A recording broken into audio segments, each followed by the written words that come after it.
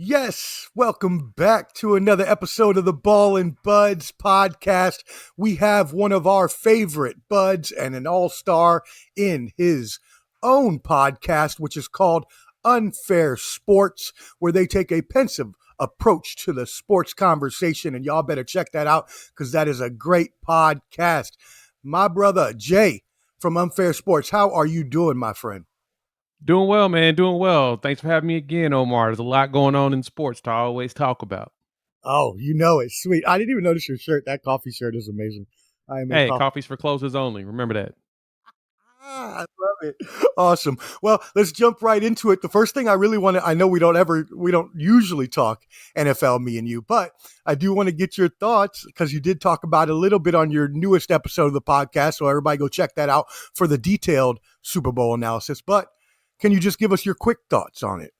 Oh yeah, man. Super Bowl was probably one of the better ones we've had in the last few years, if you really think about it. It was a close game. It went down to the wire. I know some people are upset about the call or whatnot, but I'm the type of person that I like the rules to be enforced. If they're seen, enforce the rules. I mean, the refs didn't really insert themselves in the game because the only reason why Mahomes threw the ball away is because he saw the flag come out. If he didn't see the flag come out or the flag did not come out, that was going to be a catch, probably for a touchdown. So the game would have still probably ended the exact same way or worse. So outside of that, man, it was a great game, great battle between two quarterbacks. I think Jalen Hurts has now emerged. I'm actually going to record something after this for my pod and have it launched this afternoon, early afternoon. On it's about time we might talk about paying your boy Jalen Hurts. Looking at the numbers and everything, he's about that point where you probably want to go ahead and write that man a check. He is everything that I thought he was going to be coming from Alabama. I was one of the very few people in the world that was a very big advocate of Jalen Hurts. And I have a few friends that can vouch for that because they all laughed at me when I said that, hey, man, I think he could be an NFL guy. And they're just like, what? Him? He just had everything set up for a team that really did not like passing the ball, especially at Alabama. And then when he got to Oklahoma and was able to put up 4,000 yards in a very pass-friendly system and rush for over 1,000 yards, I'm like, yeah, that's an NFL quarterback. He'll figure it out. He'll put it together. And the fact that he has two ways of being dangerous is big. But enough about Hurts. Real quick on Mahomes. Hey, man, it's probably one of the greatest quarterbacks we've ever seen. With the stuff that he can do and the way that he does it, we have to stop pretending like we've seen this before because we haven't. We ain't seen nobody throw the ball vertically while aligned parallel with the ground. The man's a monster. Let's give his respect. I think we're watching a legend. We're witnessing greatness, and we should appreciate that. And so follow up, which is the question everybody's asking, the hot topic, the debate. Do you think he catches Tom Brady? No, that's a tough one. And the reason why I say that is because it's not on Mahomes' back to do that. That's on the front office. You got to remember that Bill Belichick was very good at manipulating not only the cap, but bringing in solid defensive players. Those defenses were always top 10 that Tom Brady had. The seasons that they won Super Bowls, they had top 10 defenses. And that's something that you can't predict, mainly because one, it's a game of attrition. How healthy will you be by the end of the season? With Mahomes on the team, you don't want to bet against him because there is a good chance he can will you to some victories. But that's taxing once you get further and further and further into the playoffs. So I want to say that it's a possibility if the stars align defensively. Yeah, he can surpass Tom Brady, but we have to also put it in effect. Think about the fact that his front office has to make sure they put something around him on defense. Now, one thing though, he's got a quarterback-friendly contract. Now, it sounds weird.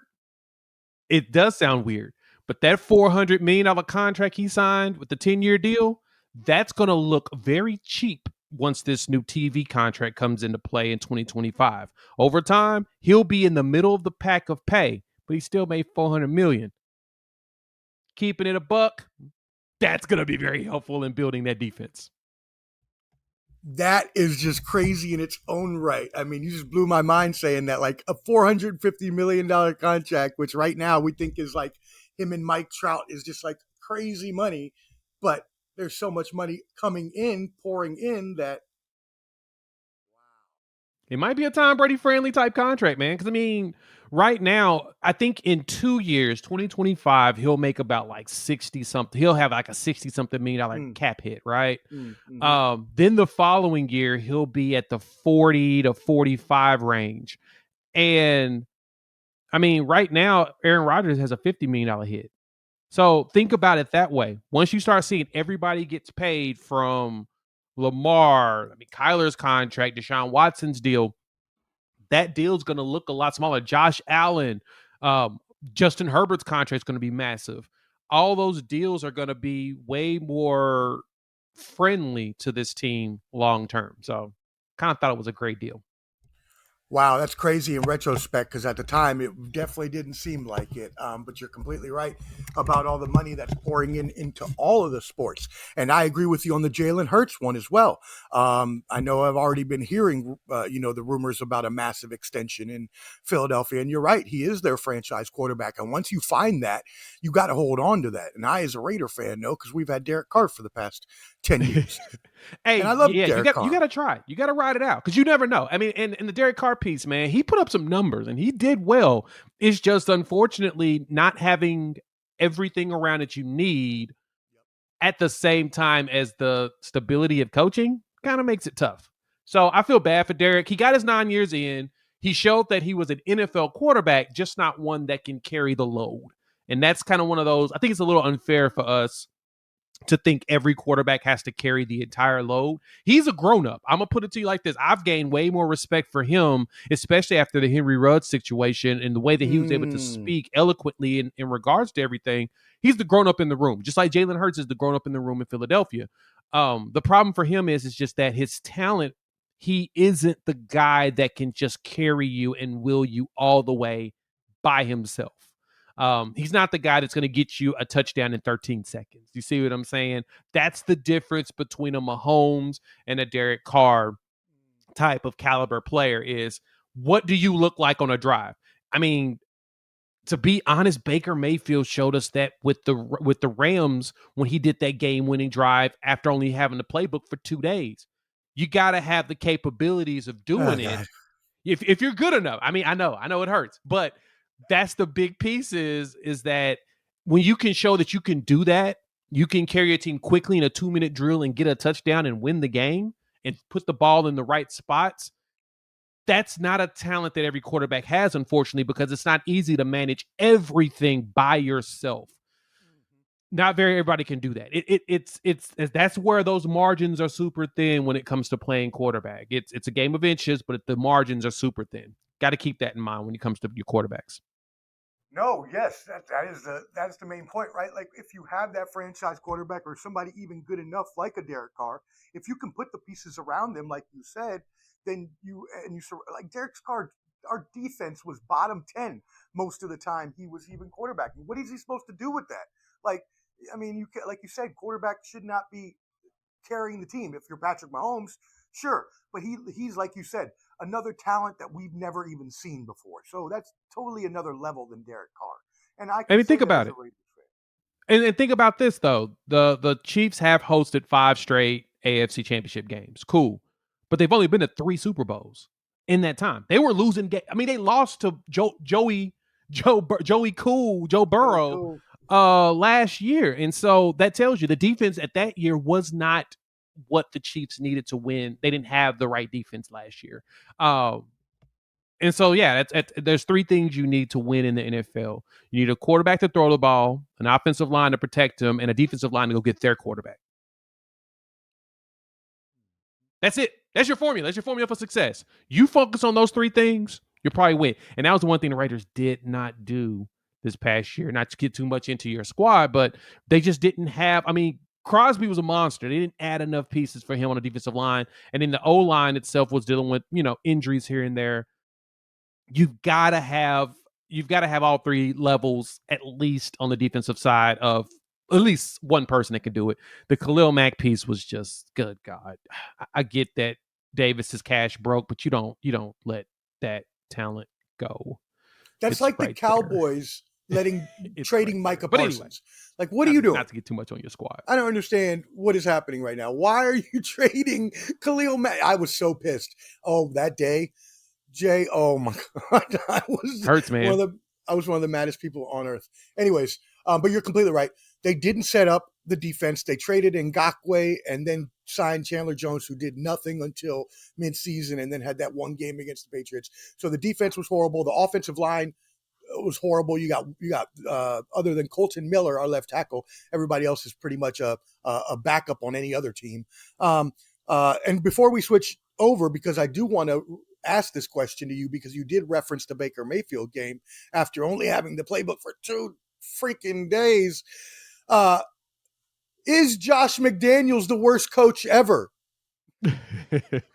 Hey, man, so there's levels to this, right? And I'm going to be fair to him in this statement that some coaches are just better focusing on one thing.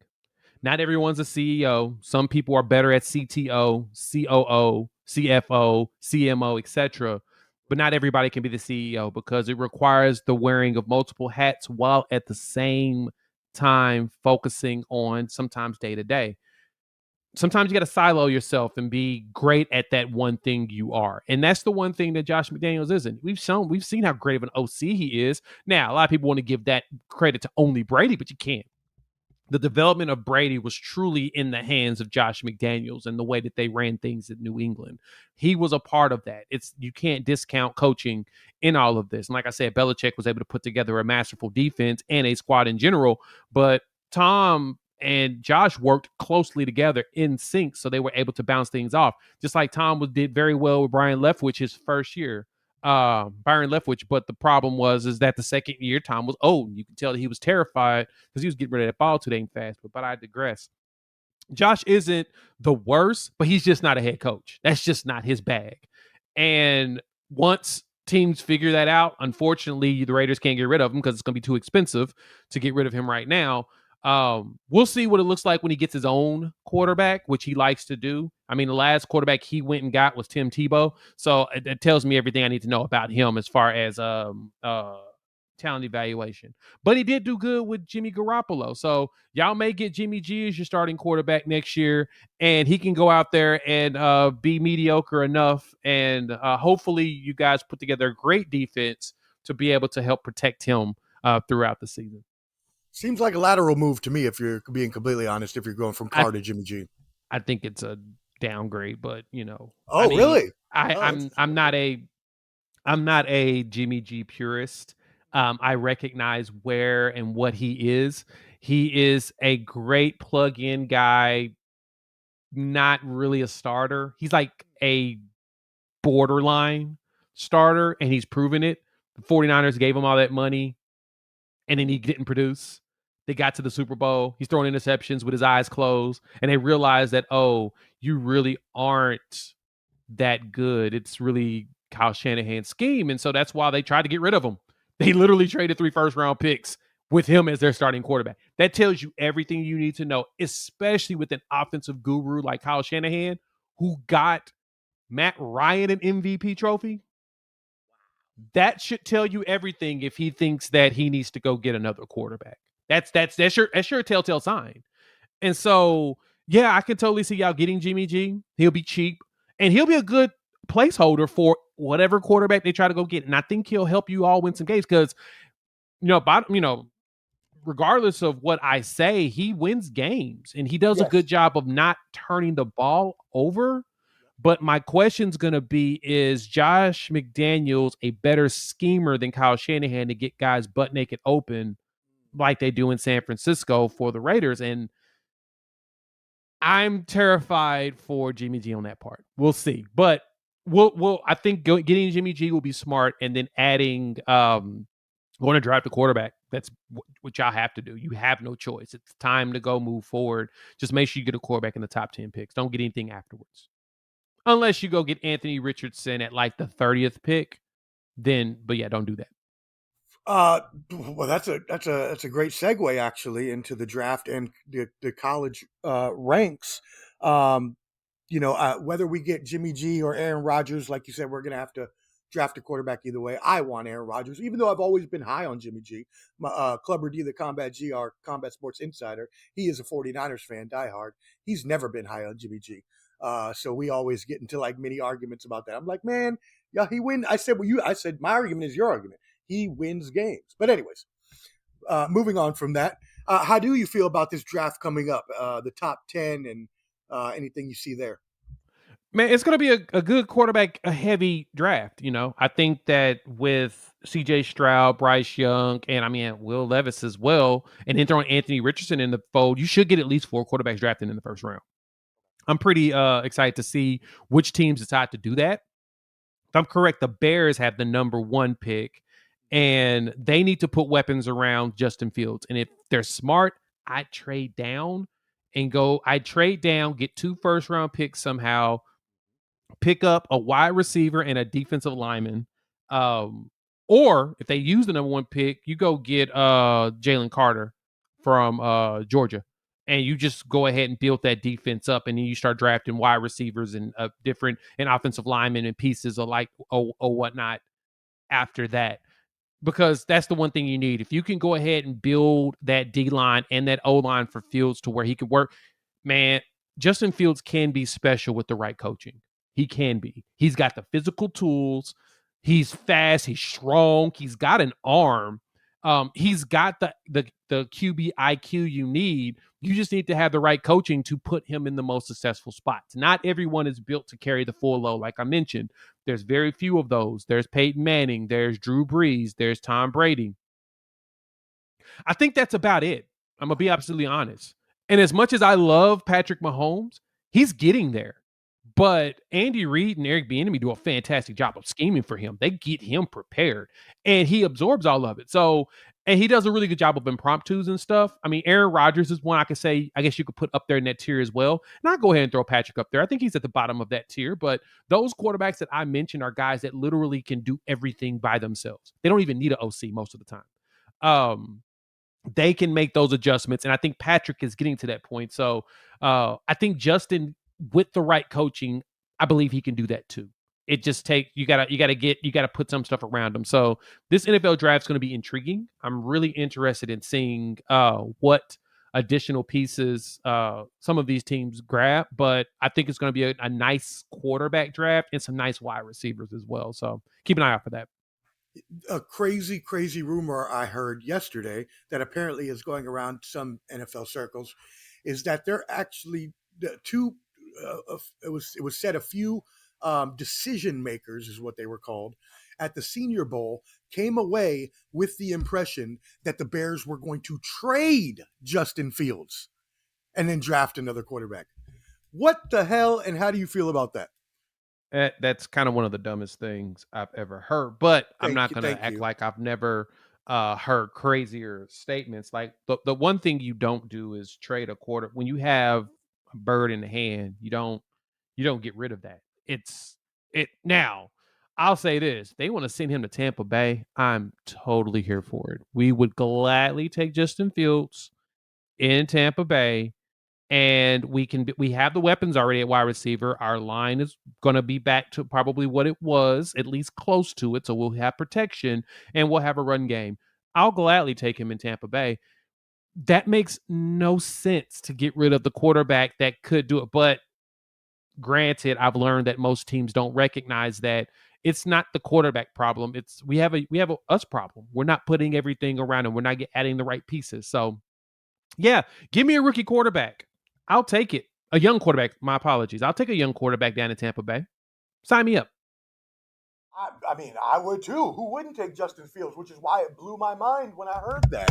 I was like, wait, what? You've got to be kidding me. That is a crazy. They're going to trade Justin Fields. By the way, when healthy in the middle of the season, started running his ass off and just took off in value. Like even in not even just in fantasy, which he won a lot of games for a lot of people. I know because I picked him up. But the Bears started winning. The Bears were actually a decent team. So yeah, that was the craziest thing I heard. And I wanted to make sure that I wasn't going crazy and that you agreed with me there. Yeah, I'm with you. It makes no sense. All right, cool. Well, let's move on to the upcoming season of, I know we're still about 7 months away, but the upcoming, we just finished, but the college football season, obviously your Sooners, the Texas Longhorns, my Bruins and the USC condoms Fuck them. Anyways, they are all moving on to the y'all are moving to the SEC with Texas. We're moving to the Big Ten with USC. So, what are you hearing about all of this? What's the new updates on this? Do you know anything about the format? Because I know I was hearing the Big Ten is going to do a format where they play, three teams every year, and then they rotate other teams every so often. Anyways, what are your thoughts on all of that coming up? Yeah, I heard that everybody's going into a quote unquote pod type system with the three team type deal. I heard the SEC is going to do something similar. Nothing has been announced yet from really anybody. That's what everybody. I guess that's what both of them are trying to figure out. And I'm expecting probably some announcements on that by summer, June, July ish is what I've been hearing rumors on. But no, I like it. I saw that my Sooners potentially their pod teams were Missouri and Arkansas. That's kind of like some rumors I saw floating around. Missouri, Arkansas, and Texas. And that'll be their three teams, which granted that's awesome for us. I'm totally here for it. It's right next to each other. It's not a far travel.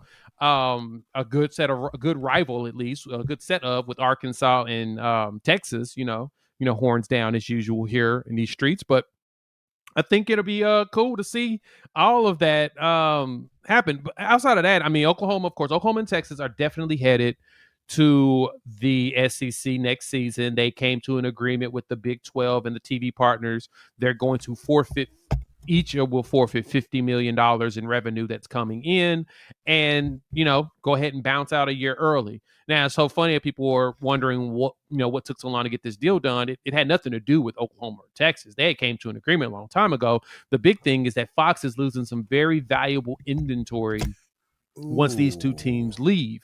And because think about it, what's the draw in the Big 12? Who is everybody watching in the Big 12? Literally is Texas and Oklahoma. That's it. That's the draw. You watch those teams. Those are two historic teams, blue bloods that really have always dominated the conference. I mean, Oklahoma has won majority of the Big 12 championship since the whole conference existed. So they have more Big 12 championships than all the other Big 12 teams combined. So that tells you something. They're the draw for the conference. They are the king of the conference. And once you lose that, takes away from the luster of wanting to even tune in. So they're going to have to rebuild the brand around the Big 12. They're probably going to have to focus it more so around BYU. They're probably the only other national brand that's in conference now. You may think that that's weird, but BYU Mormons, that they follow that church follows that school. You can find them anywhere in the country. You will be surprised if you see a BYU shirt. You'll probably be like, "Oh wait, must be a Mormon," because it's. I'm not BSing you. It's true. It's similar to Notre Dame. That's how Notre Dame has such a big following, a Catholic following or whatnot. They're a national brand, and so a lot of people follow them specifically for that. So that's probably what they're going to focus on. But I'm not sure how the Big 12 is going to do it. Now the Pac-12, man, I got some stuff I was going to record on them. Man, they can't even find a TV deal right now, and because they don't have the inventory either. Like, their top schools are going to be, the thing that if they're smart, the thing they leverage is the fact that Colorado is in their conference. That's literally all they have right now outside of Oregon. And this is why I say that, Coach Prime, you milk the Deion Sanders storyline for as much as you can get out of that.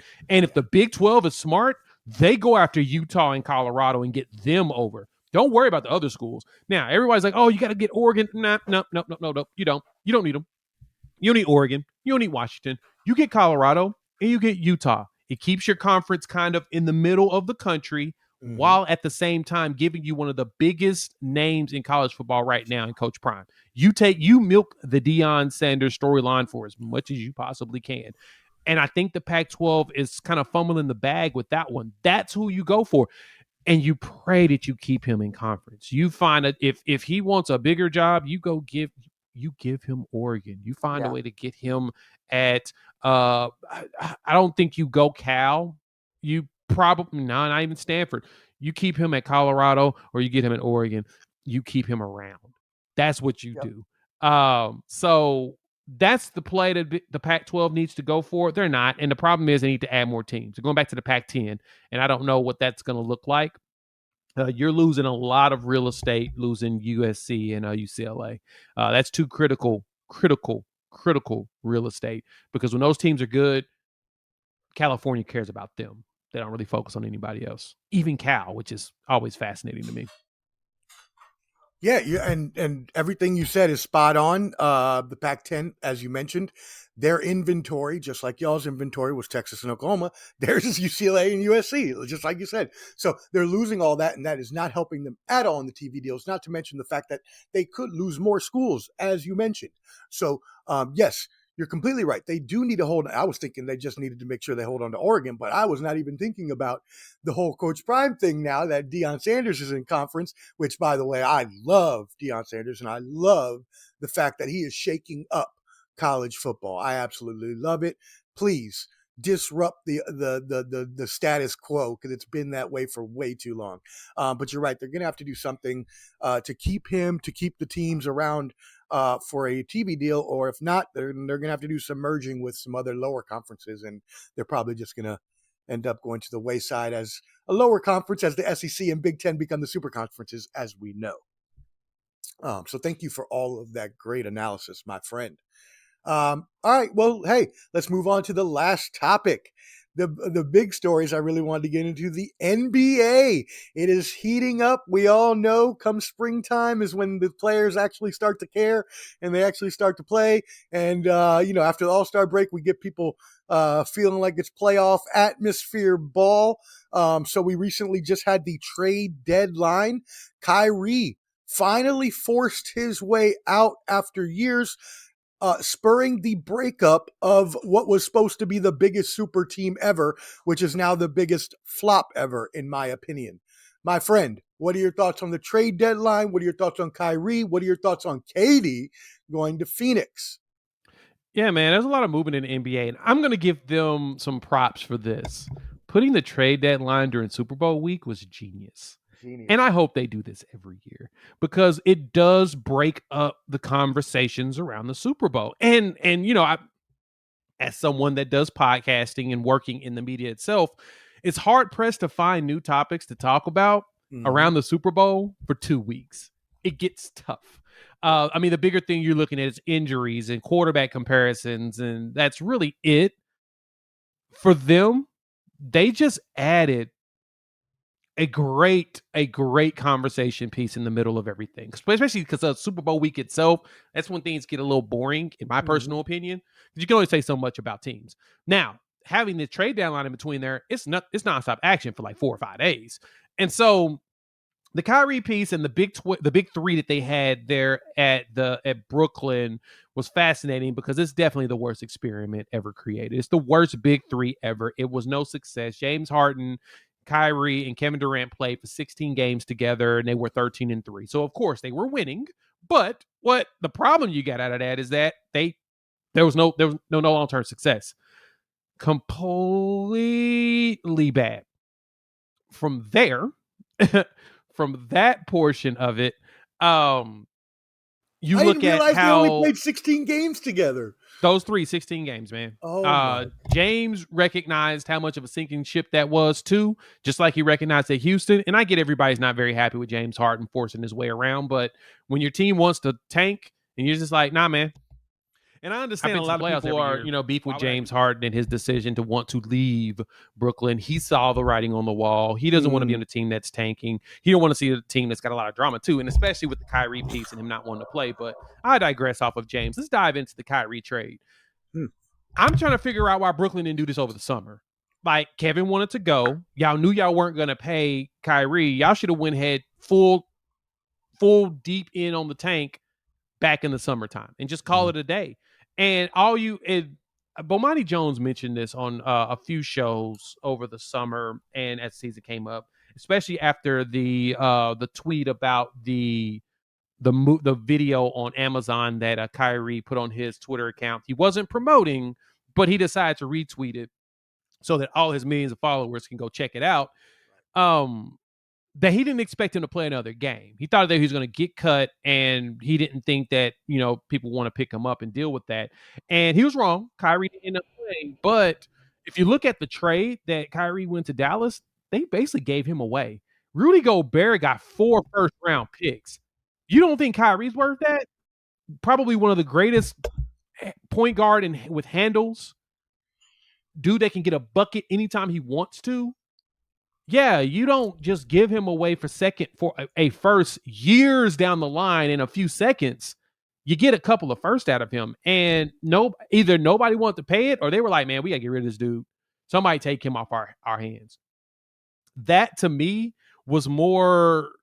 That was more of an indictment of how poor the Nets handled the situation than anything. Now, as you're watching Dallas and Brooklyn, Dallas and the Kyrie and the Luka Doncic play together go right now, it's kind of fascinating watching them trying to figure out who's going to take the game-winning shot.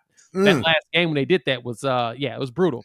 And it's a situation where I just think that it's going to take some adjustment time, but I don't think it's going to be successful. And it's no shade to anybody there. It's more so that if you've noticed, Kyrie just doesn't last anywhere.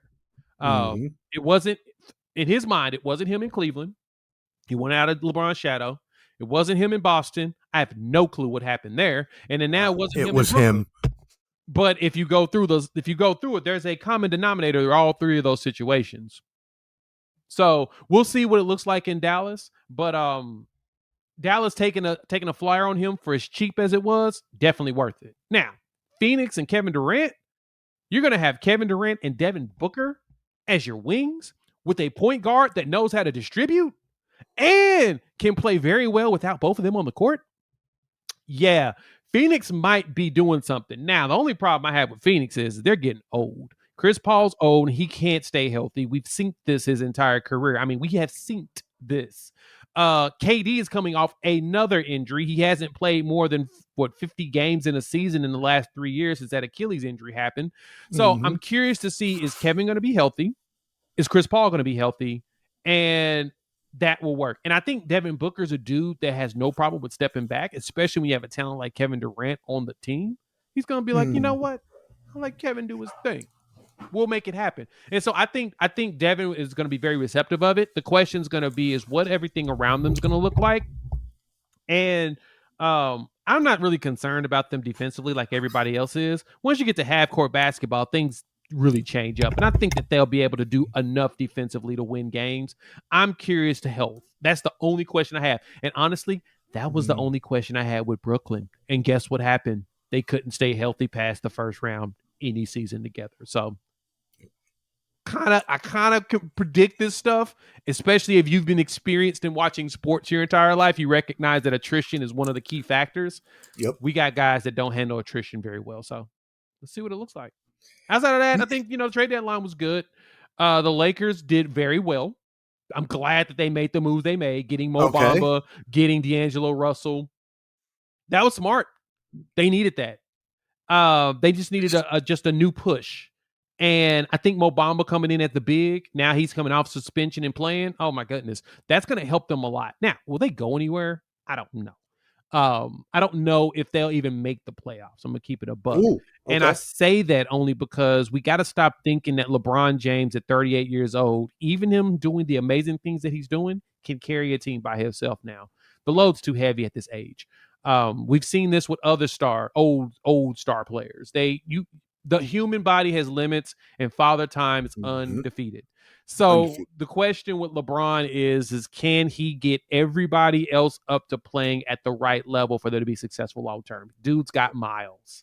He's got miles on that body. We've got to stop pretending that he doesn't. Besides that, I feel bad that we're not really talking about it. I know you listened to my pod when I talked about him and the scoring record and how basically we've ignored it. And I feel bad for him. He did it in the wrong week. This is the week he should have did it. He probably should have tried to break the record like last night, right before All-Star break. And we would have talked about it all the way through All-Star weekend. It'd have been perfect. We would have given him all the accolades at that point. But he wanted to do it during Super Bowl week, which was a good breakup of information, while at the same time getting him fully ignored because the trade deadline, the Super Bowl, and then him. It's a record that deserves to be praised because it's a record we didn't think was ever going to get broken. And I promise you, it's going to take another 30 years for it to happen again. We have nobody in the league that has that type of longevity, and it's been proven. Health is hard in NBA today, in comparison to like the 70s and 80s and 90s. And we can say that back then was quote unquote tougher. The difference between back then and today is they play a hell of a lot more basketball today than they did back then. I remember reading articles. I think it was either Bill Russell or Wilt Chamberlain mentioned this. And I think MJ said this as well. When the season was over, they took like 2 months off and did nothing basketball related. Jordan would play golf every day, smoke his cigars, but he played golf every day.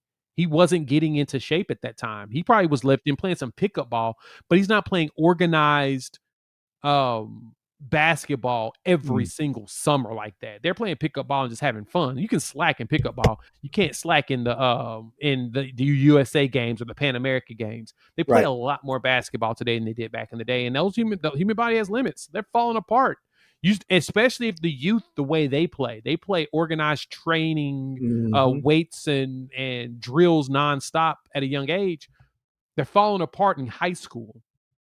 So there was an article ESPN did back, I think it was like 2014, was talking about players in like the surgeries, like these orthopedic surgeons talking about doing ACL reconstructive surgery on 14-year-olds all the time. Like, I got one player, he said one player, he did like 3 of them within a 2-year span in high school. That's crazy. In middle school. And they're still growing. So yeah, it's not uncommon for you to have to do those surgeries, but is odd when you have to do the sports related ones a lot. And that's where we're starting to see some of these problems. So besides that, no excuse for them. It's just more so it's a reality of the human body. I wish the human body didn't give us excuses, but it does. But it's a milestone that we need to praise.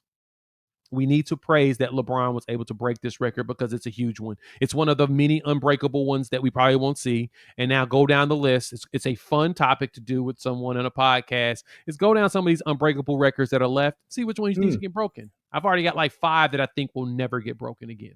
Really? Can you give us one of those at least? I'd love to hear it. John Stockton's assist record won't get broken. Wilt Chamberlain's rebound record will not get broken.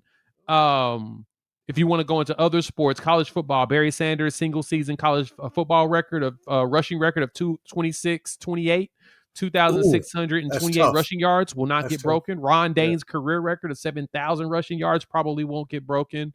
Eric Dickerson's NFL rushing record of over 2158. I don't think that's something like broken that either. So yeah, there's a lot of interesting records out there in a single season or career that seem like they'll never get broken. I don't think Emmitt Smith is going to be broken either. If you want to think about it, rushing record. That's a lot. Yeah. A lot of yards. Who's going to do it? Longevity, right? Yeah. That's the hardest thing to get. Don't have that long, right? Yeah. Correct. Exactly. So it's fascinating social experiment to talk through. But yeah, man, we got to praise LeBron for that one. That's deserving.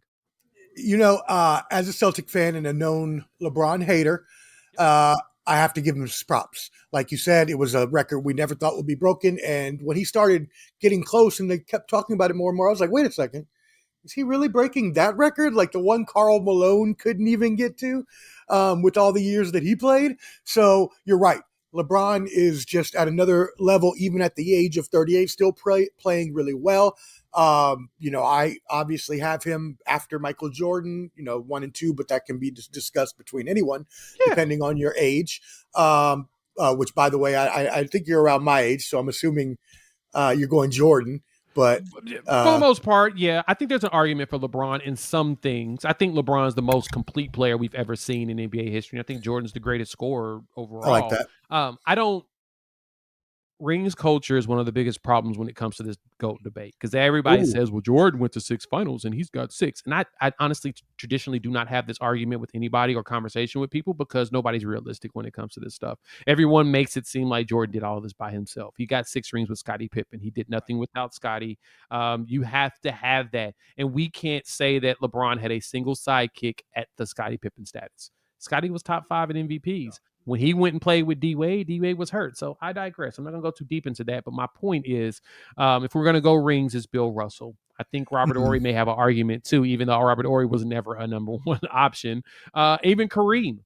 We have to give them their props too. I don't care what era they played in. They played in a tougher era, in my personal opinion. But we've got to consider all facets of it. And so that's where I give LeBron some leeway with things, because a lot of the game requires your front office to actually be competent.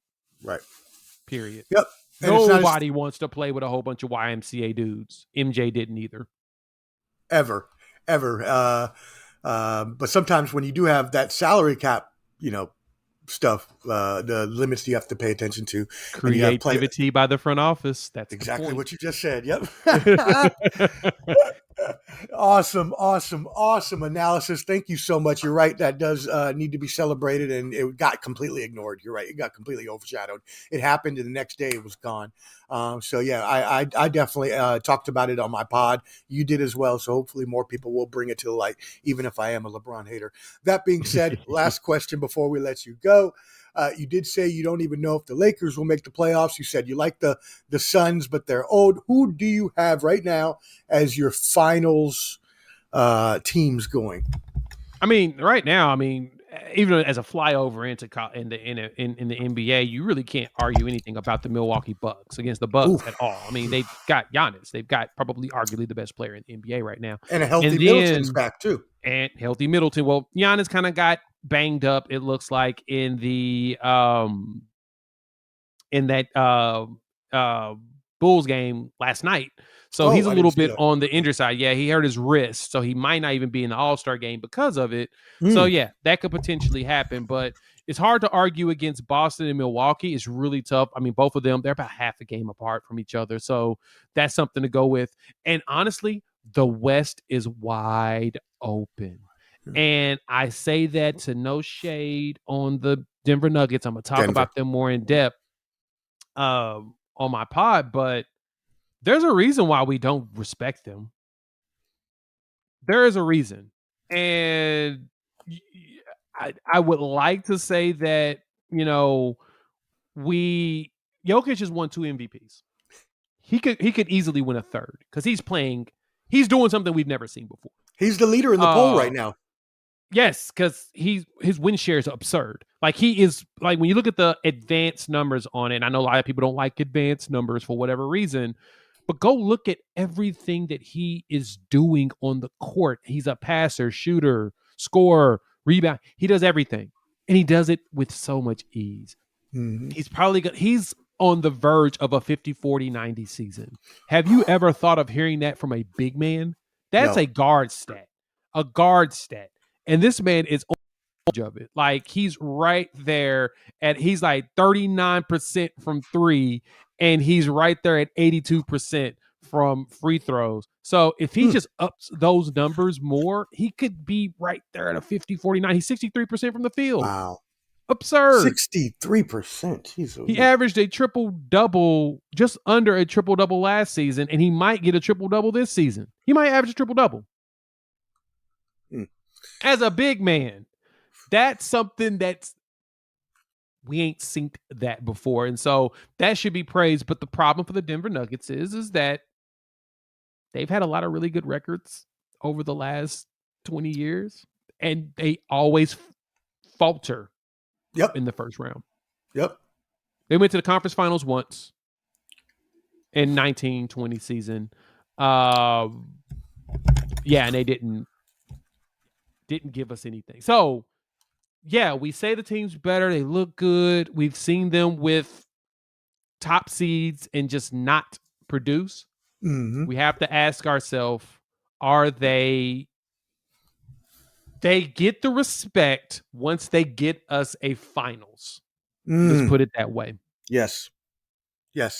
I was actually watching PTI yesterday, and Kornheiser and Wilbon were talking about this, and Kornheiser was even getting to the point that it might be an empty, hollow MVP trophy if he wins again, because is he really, even though with everything you just said, which I agree with you, but he was saying, is he really on the level of Bird and Wilt, who are the only other, or Kareem, who are the only other players to win those 3 MVPs, right? There's like a high list of people. Does Jokic belong there, right? So that's a huge debate you could have. Yeah, it is. It's a question to ask, and it's worth having the debate because you have to ask that question of why Jokic deserves it over anybody else. Because remember, we've had Jordan fatigue, we've had LeBron fatigue. Honestly, I think LeBron should have probably won 3 more MVPs over his career. Oh, sure. I Yeah, think of Jordan course. probably should have won 3 or 4 more over his career, Could have at won every least. year. Right. Those Malone ones, I don't know why we thought that he should got him over MJ, but I digress. We get tired of the same. The NBA is different from other sports to where one player can truly make a massive difference, Mm, and that's where these MVP conversations come in. It makes it tough. yeah. So because of that, it's easy to see that Jokic is the MVP. I think I would probably take Embiid over him just because of Embiid's defensive abilities in comparison. Okay.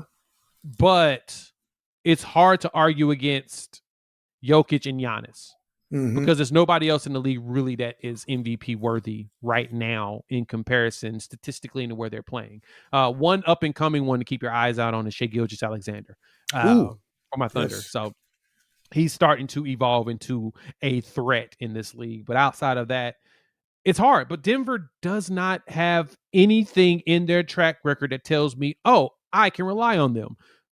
They have made one conference finals since having Jokic. One. They have they made the semis twice. They usually cannot make it past the second round. And they've got a ton of first round exits. In the last 20 years, they've made it to 2 conference finals while making it to the playoffs just about every year. With winning their division, with having top 3 seeds, they've made it to 2 conference finals. So I cannot in good conscience say, oh man, the Nuggets are definitely going to be something special because something always happens to them. Always, yeah. Yeah. Yep. And I also don't even think they're, aside from Jamal Murray and maybe a little bit of Michael Porter, I don't really even think they have much of a deep bench after that anyways. I agree with you on SGA coming up. He made the All-Star team, didn't he? Oh, yes, he did. Yes, Finally. he did. Finally got some Yep. respect. Yeah, finally getting that respect. I will say I did put a $20 flyer on Tatum this morning because he's plus 1,800 on FanDuel for anyone out there that wants to go bet. So I was like, man, I got to take that. I didn't know he was that big of an odds. So anyways, but thank you so very much, Jay. Amazing analysis as always next week. And then we will also be cutting these down and repurposing them for our new YouTube channel, the Ball and Buds channel. So go ahead and check that out as well. Please go and support our man Jay at Unfair Sports. He has his podcast. Go subscribe, go rate, review, gift those 5 stars, as he likes to say. And as well, go hit that YouTube channel. He has the new Sooner Network as well for any of those college football fans out there. I know I just gave away anything, but anything else you want to plug, my friend, please do. Nah, man, I appreciate everybody, man. I appreciate you having me on, Omar. Pull up at the channel. You know, we're talking just about everything, man. So we'd love to have you guys around. Appreciate the love.